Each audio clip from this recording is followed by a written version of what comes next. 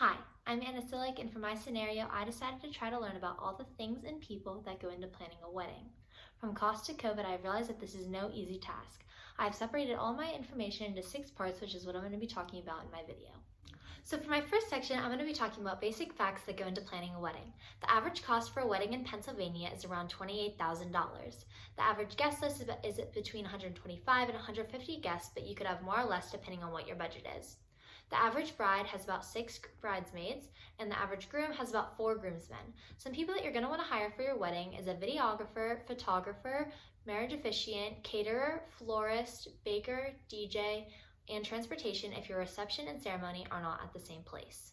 The second section is guest lists and invites. Invites are usually sent out 6 to 8 weeks before the wedding, and save the dates can be sent out even earlier.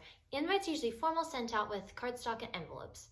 Guest lists really just depend on what the couple prefers. Some like no kids, other want just family, and other couples invite everyone they know. It really just depends on what you guys prefer as a couple.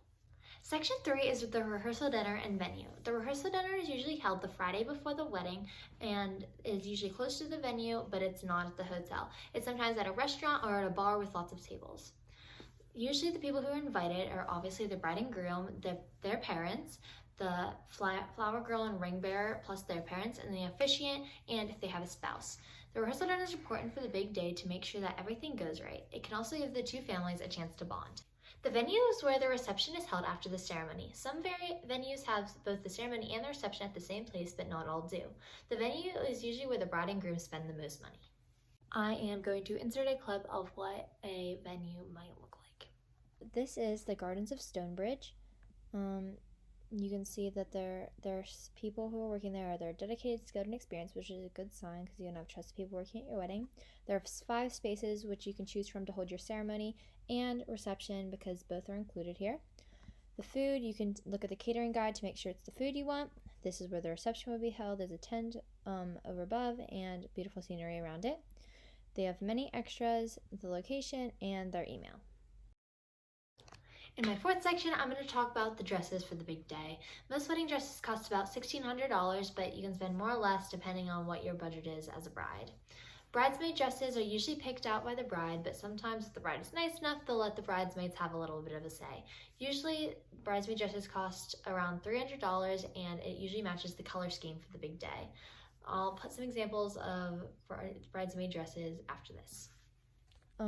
Of 10 different bridesmaid dresses. They're all the same color, but as they all have different designs, and it honestly just depends what the bride wants for her wedding. But here's some options. In my fifth part, I'm going to be talking about some decorations that make the big day extra special.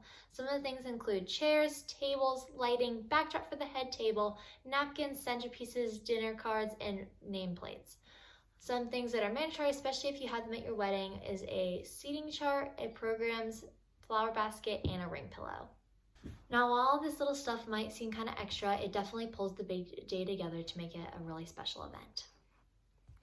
In my sixth and last section, I'm going to be talking about how COVID-19 has ruined weddings around the world. Brides, grooms, and family members have had to stay home during this time. Weddings have had to be postponed and rescheduled because of COVID. Even if the wedding did happen, guests would have to be wearing masks, the guest list would have to be shortened to fit within capacity, and it'd be harder and more expensive to find venues and hotels to book. From my research, I can definitely conclude that planning a wedding is not an easy thing to do. There are many factors and people that go into making this big day work. Thanks for watching my video and learning about my journey to find out what planning a wedding is all about.